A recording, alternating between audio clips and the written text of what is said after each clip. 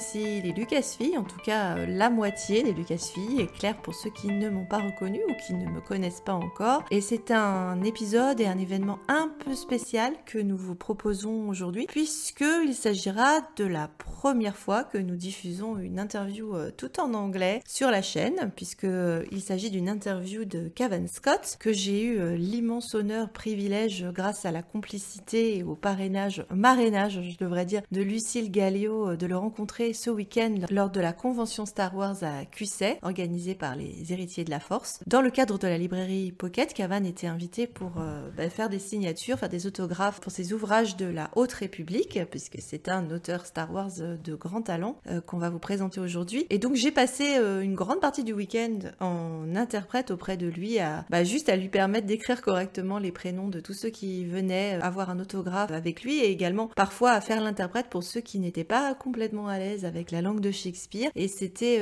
absolument passionnant de le voir interagir avec ses fans. Les gens étaient adorables. Je fais un coucou d'ailleurs à ceux qui ont été présents ce week-end et qui peut-être vont aller écouter cette interview et lire les sous-titres, puisque je vous rassure, pour ceux qui ne sont pas complètement à l'aise avec l'anglais, pour cette mouture-là, on va vous proposer les sous-titres de l'interview. Alors il y aura une version complètement anglophone de l'interview, avec un petit laïus au début en anglais. Donc là, par contre, on ne voulait pas que nos chers auditeurs français et francophones, qui sont les seuls qu'on a aujourd'hui sur la chaîne, se sentent laissés pour compte. Donc voilà, je vous fais juste le petit topo au début en français et ensuite on va vous donner cette interview. Donc pour ceux qui ne le connaîtraient pas, donc Cavan Scott, c'est le plus britannique des lumineux de la Haute République, puisque déjà c'est le seul britannique. Et c'est un touche-à-tout qui réussit absolument tout ce qui touche d'ailleurs, puisqu'il est à la fois auteur jeunesse, scénariste de bande dessinée et d'audiodrama, et évidemment de romans. Il est un des piliers donc de la Haute République,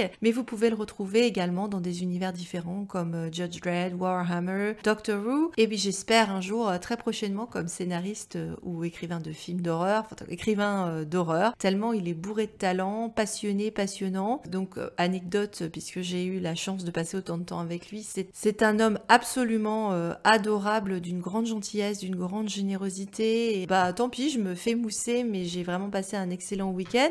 La seule raison pour laquelle du coup je suis toute seule, c'est parce que Aurélie n'avait pas pu aller à l'événement, et donc comme j'avais la chance d'être sur place et que Lucille a permis que les choses se fassent, on a pu faire cette interview, on voulait la partager avec vous. C'est vraiment un petit quelque chose d'exceptionnel, puisque c'est la première fois du coup qu'on va avoir de l'anglais. Merci de votre compréhension et de votre gentillesse à bien vouloir suivre cette mouture un petit peu spéciale. N'hésitez pas à nous dire dans les commentaires si vous avez apprécié, parce qu'on commence à peut-être connaître un petit peu des gens qui ne parlent qu'en anglais. Si de temps en temps ce sont les opportunités, on a la possibilité de le faire sur la chaîne, n'hésitez pas à nous le dire que oui, ça vous intéresse de voir ce genre de choses. Et donc pour vous remettre les choses en contexte, ici j'ai plus particulièrement interviewé Cavan sur l'audiodrama Maître Tempête qui sort en juin chez Lizzie, mais que vous pouvez retrouver sur plein de plateformes, et donc sur lequel j'ai pu avoir la grande chance, le privilège, l'honneur, enfin bref, je ne m'en remets toujours pas, d'avoir pu être la traductrice. Donc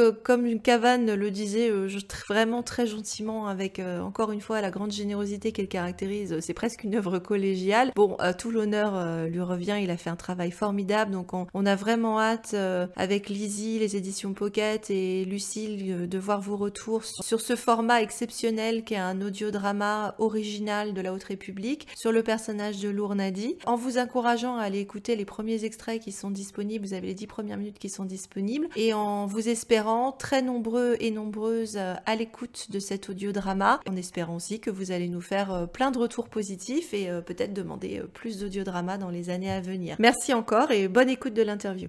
Hi Cavan. Hello there. Salut à tous, c'est la toute première fois que nous recevons un invité anglophone dans l'émission et que nous faisons une interview en anglais. Je suis honorée.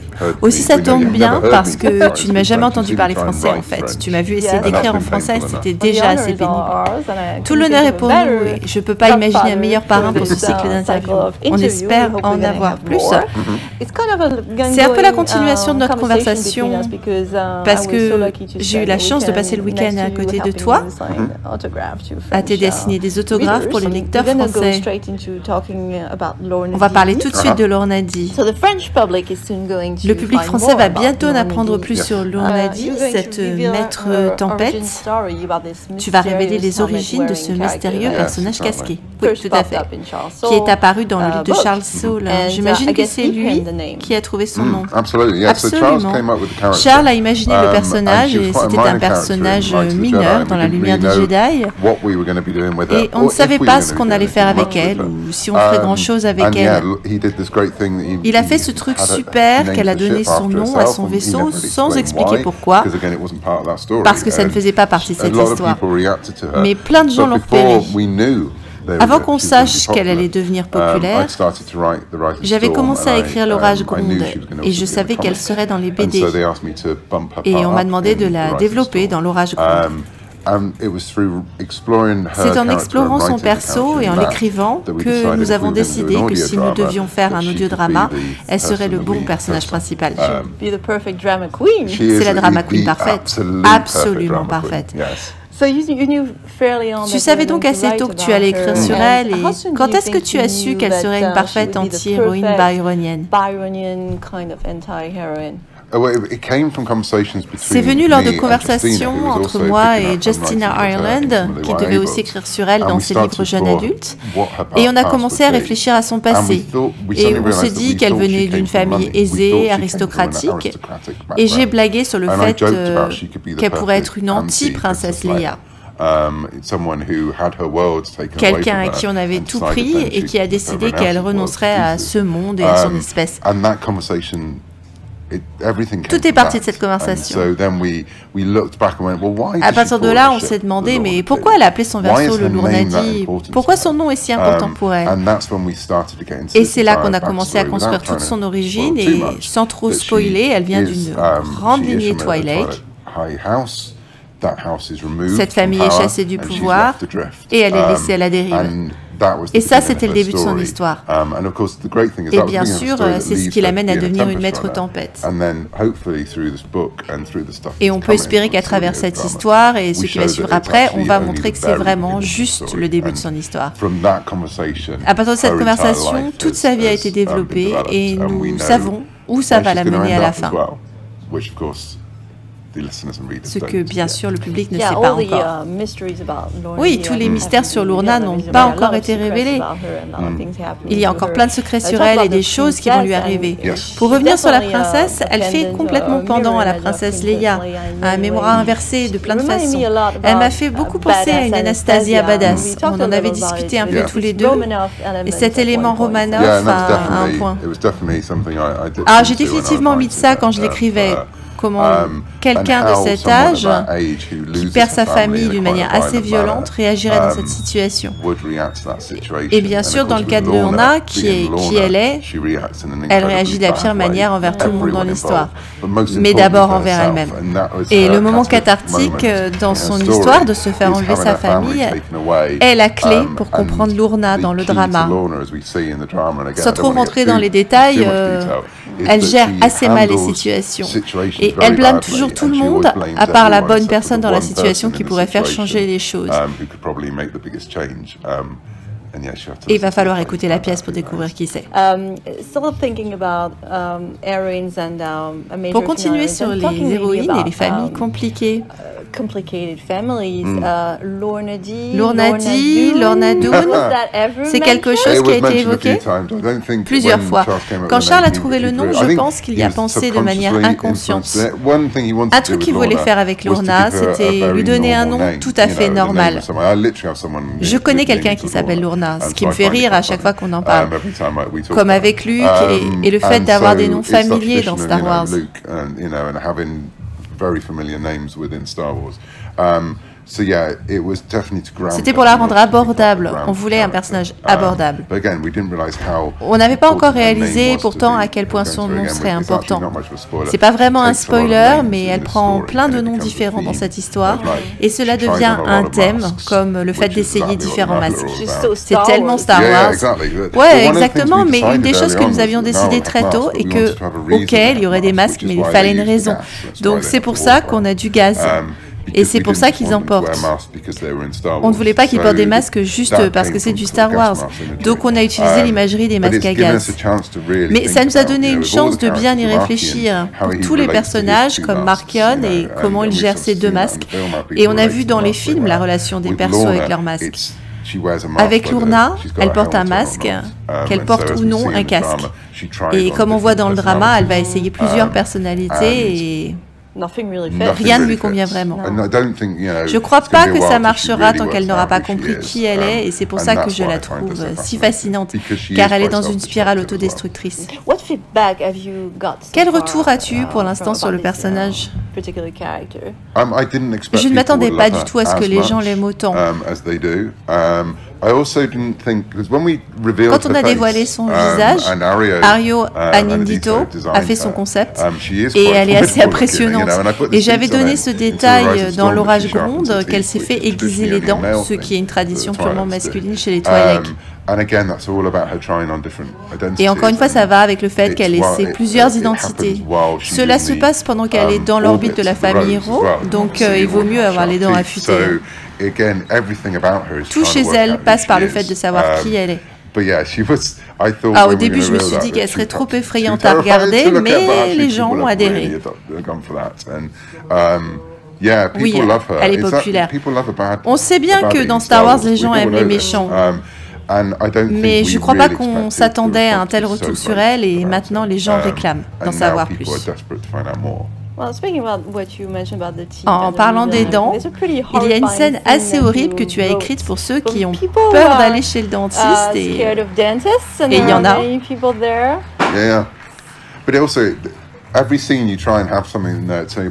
Dans chaque scène, on essaie de mettre quelque chose qui permet de mieux connaître le personnage. J'aime le fait qu'il se passe plein de choses et qu'elle reste nonchalante, du genre « Oh, je suis occupée en ce moment ». Et sûrement, ça doit faire mal. Je pense pas qu'il y ait beaucoup d'anesthésiens dans Star Wars. On n'en voit pas en tout cas, à moins de se couvrir complètement de Bacta. Mais elle fait ce qu'elle a à faire. Elle fait ce qu'elle a à faire, ce qu'elle pense devoir faire pour pouvoir survivre. Elle est prête à tout. Et je pense que c'est pour ça que les gens l'ont adoptée. Elle n'est pas méchante juste pour être méchante, mais elle fait des trucs vraiment méchants, des trucs terribles. Une des choses que j'ai essayé de faire dans Maître Tempête, comme je suppose dans Dooku Jedi Lost, est d'explorer les gens derrière leurs mauvaises actions. On ne peut pas être tout le temps méchant. Et il y a des moments chez Lorna où l'on voit d'où elle vient et pourquoi elle fait ça. Et avec un peu de chance, vous allez lui crier dessus pour lui dire arrête de faire le mal, arrête de prendre des mauvaises décisions. Parce que ça fait partie de son histoire. On n'a pas vraiment vu dans Star Wars un personnage aussi autodestructeur en ce sens, à qui on va offrir la rédemption et qui sait que c'est facile à saisir, mais qui choisit quand même une autre direction pour des raisons qu'on va devoir explorer. Est-ce qu'elle a peur? Est-ce qu'elle est trop amère? Têtue? Ou est-ce qu'elle veut juste être comme ça? Cette pièce permet d'établir les bases pour les questions qu'on va poser plus tard. En même temps, on ne peut pas s'empêcher de la soutenir. Pas juste parce qu'on connaît son passé tragique, sans être un apologiste. On peut s'expliquer ses mauvais choix. Et elle a un arc maintenant qui peut un peu rappeler Harley Quinn dans le film Birds of Prey. Elle aussi, elle en a marre des clowns et elle va se tourner vers d'autres femmes. Et il y a un élément assez fort de sororité dans ce drama qui peut plaire à plein de femmes. J'imagine que tu as de super retours de la part des fans féminines. Dans ma jeunesse, je regardais la série Prisoners of Cell Block H. Je ne sais pas si vous aviez ça en France, c'est un soap australien qui se passe en prison et que ma mamie regardait, et je regardais ça avec elle. C'était pas l'émission la plus appropriée pour montrer à son petit-fils, mais on regardait ça ensemble et j'adorais cet aspect communautaire. Quand j'ai suggéré de faire une intrigue dans une prison pour Lorna et placer l'histoire dans une prison de femmes, Il y a eu plusieurs conversations du genre, mais ça veut dire qu'on va avoir des persos féminins qui vont faire des trucs horribles à d'autres nanas. Moi j'étais là, bah oui, c'est ça la vie en prison. C'était une chance de lui en faire baver et voir comment elle allait s'en sortir, au lieu de la laisser être elle-même en terrain neutre. C'est une autre chose qu'on a fait dans Maître Tempête, c'est de lui retirer tout ce qui fait Lournadi, ce qu'on pense être elle. Son armure, sa tempête. Et elle est entourée par des gens qui ne savent pas qui elle est. Et ça la force à bosser sur qui elle est vraiment.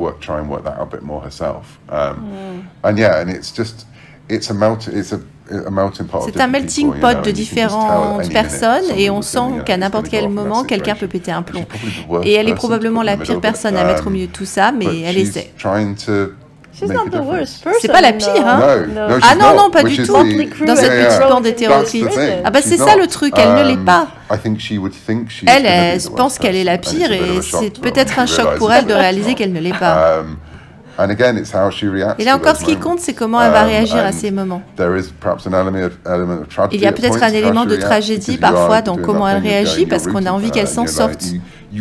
Tu peux faire le bon choix facilement, Lourna, vas-y. Une grande part de nos conversations était ce qu'elle allait faire dans cette situation et ce qu'on voulait qu'elle fasse et ce qu'elle décide de faire, et ça c'est deux choses différentes.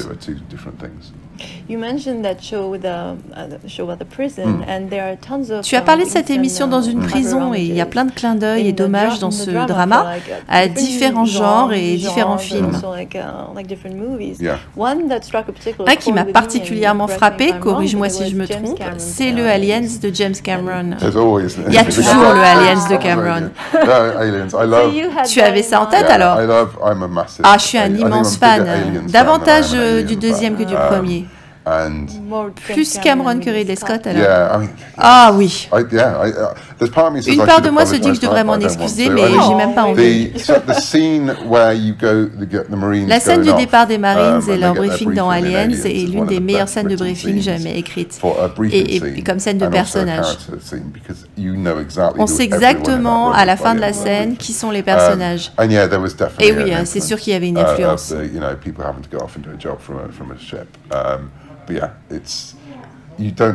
Il faut pas gratter trop loin dans mes histoires pour trouver une référence à Cameron. Je suis contente de ne pas m'être plantée. Je me disais, oh mon Dieu. J'adore aussi ce film et c'est une énorme influence. Bien sûr, l'utilisation de machinerie sur la planète forestière, on est obligé de penser à la scène de « ne la touche pas, sale pute ». Et aussi toute la poursuite dans les tunnels avec ce moment horrible avec les droïdes. Je pensais à cette scène où ils doivent se faire exploser. Ouais, c'est sûr.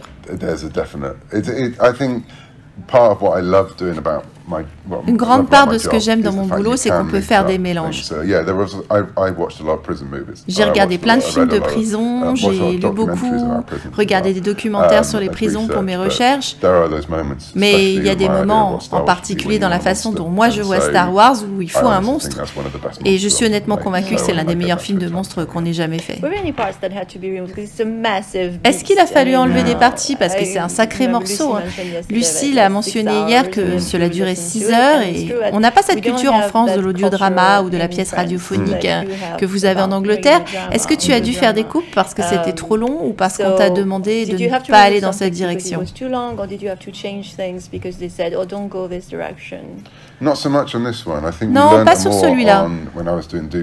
Je pense qu'on a appris quand j'ai fait Dooku à quoi ça ressemblerait pour un Star Wars d'avoir un drama de cette longueur.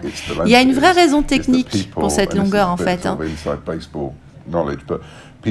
C'est que les gens ne vont pas acheter des audiodramas sur des sites comme Audible s'ils ne font pas une certaine longueur.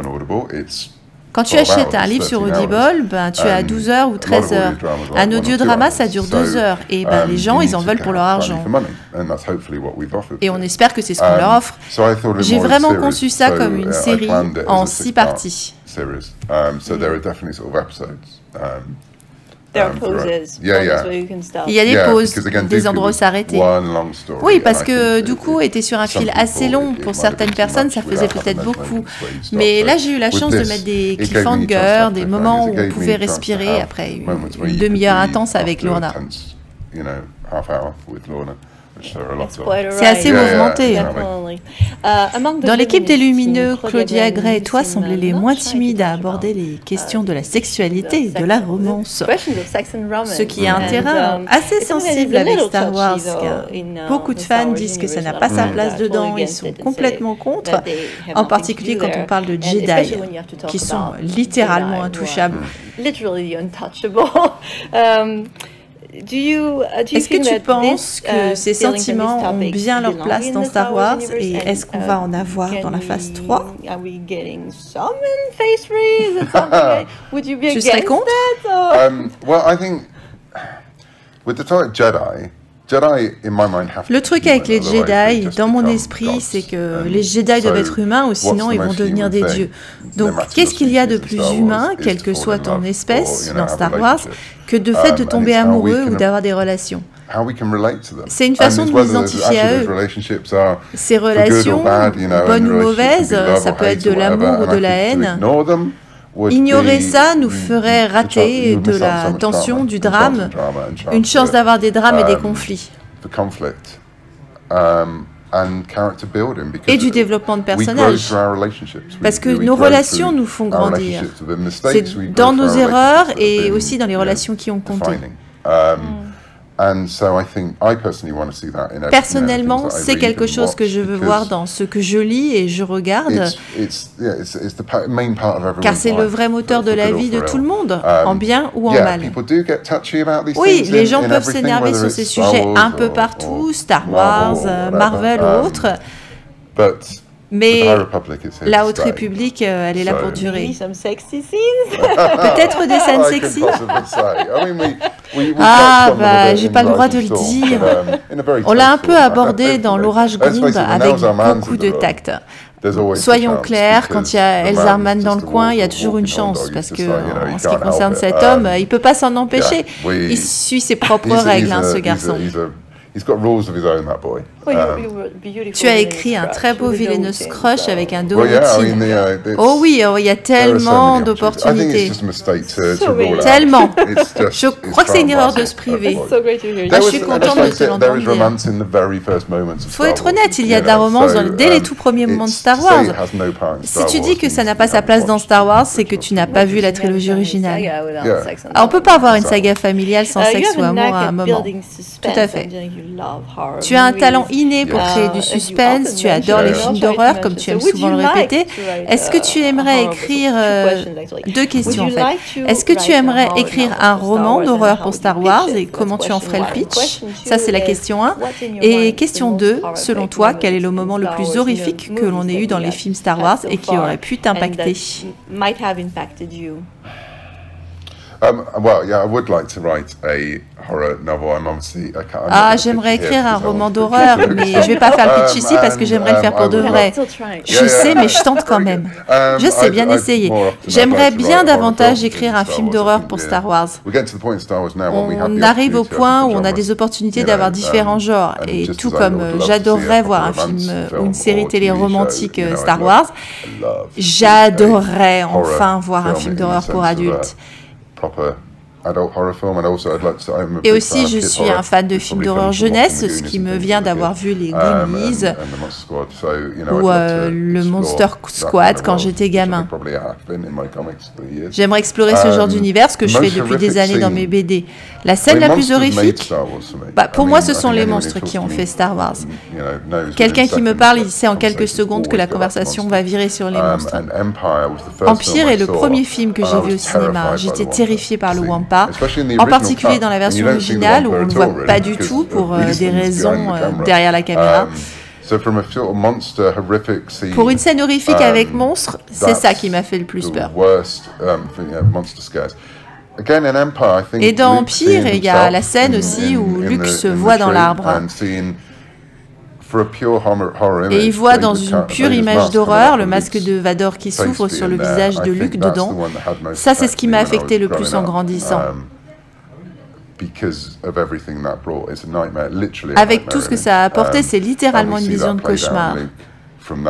Et on voit que ça a joué sur Luke à partir de là. On le voit à la fin du Retour du Jedi, quand il regarde son père et qu'il voit qu'ils sont pareils.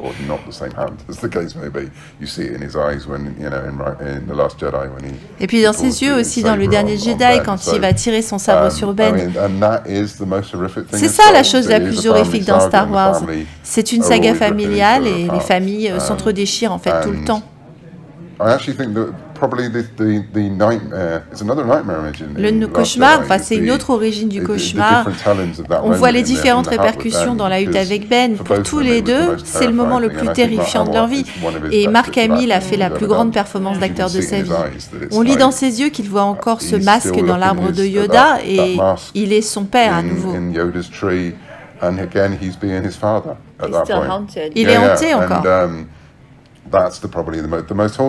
Oui, c'est probablement ça la chose la plus terrifiante dans Star Wars. Ce qui est terrifiant, c'est qu'on ne puisse pas échapper à son héritage. On ne peut pas échapper à son destin, il faudra toujours le combattre.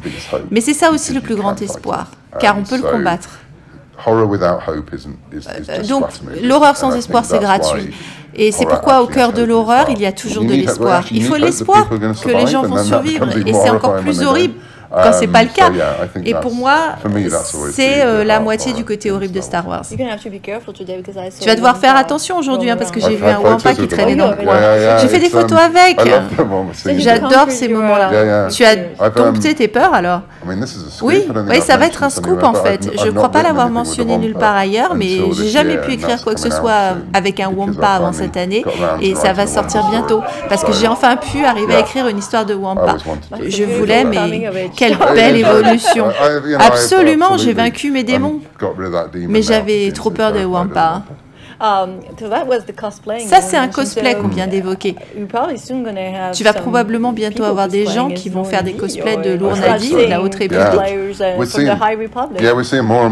On en voit de plus en plus.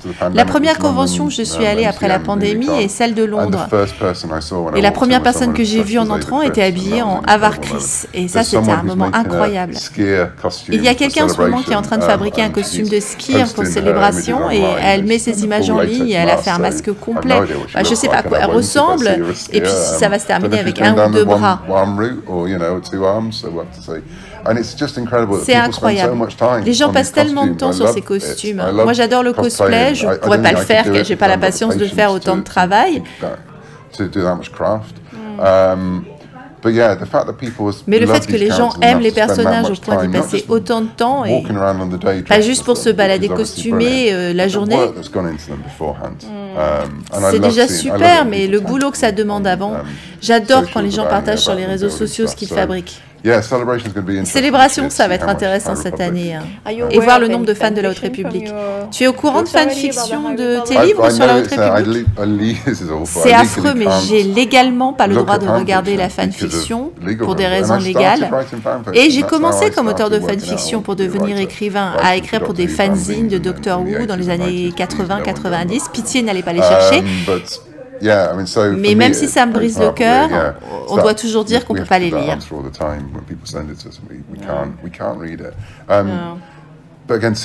Mais voir les artistes et tout l'art qui entoure ça, le fan art, ouais, j'adore l'art. C'est vraiment super de voir la communauté. La communauté a été phénoménale pour la Haute République. C'est un peu une oasis pour Star Wars et les gens en ligne, pour beaucoup de personnes que je connais. On en est vraiment très reconnaissants. Alors, ce sera la dernière question. La dernière fois, quand Claudia Gray est venue à QC, elle nous a raconté une anecdote sur votre séjour à Galaxy's Edge, la première fois où vous y êtes allé avant le confinement. Et elle était très déçue de l'absence de glace à la cantina ou le resto où vous êtes allé. Et donc, elle a décidé qu'elle allait introduire ce dessert dans l'univers. Alors, tu viens de refaire un séjour très récemment avec l'équipe. Est-ce que tu aurais une petite anecdote à nous partager qui pourrait faire une apparition dans la phase 3 et les livres à venir? Un truc où tu t'es dit, oh là là, il faut que j'apporte ça, ou un truc que vous avez fait ensemble, ou un truc où tu as réalisé que ils n'avaient pas de papier toilette, tu vois, n'importe quoi. Ah oui, tout à fait, alors il faut du papier toilette. Je sais pas, mais un truc sur lequel j'étais très content, c'est qu'il y avait de la bière 30 d'Ocean. Alors je me suis pris pour skier pendant une minute. J'ai essayé cette bière, elle est vraiment bonne. Et bien entendu, il fallait que je la tienne avec une seule main et pas deux. Yeah, I mean, I love J'adore Galaxy's Galaxy's Edge. What I would Edge. love to have Ce in que Galaxy's j'aimerais Edge is voir, a bit moi, à more Galaxy's High Edge, c'est Republic, plus de Haute because République. they were on Batuu at the time. Ah, ils sont That'd sur be le point nice. de le faire, mais bon, on va bien le voir. Well, thank you so much, Cavan, Merci for your beaucoup, time, Cavan, de and, nous avoir accordé du temps. this was a C'était delightful une interview très for me plaisante anyway. interview pour moi dans tous les And, cas. I'm so looking Et forward j'ai to hâte de your découvrir tes coming work prochaines and œuvres et peut-être maybe un one jour day voir un film d'horreur see a avec movie ton with your scénario. horror script and whatever you're gonna write is gonna be Quoi que tu great. fasses, ce Thank sera you so much. excellent. Merci infiniment. Merci.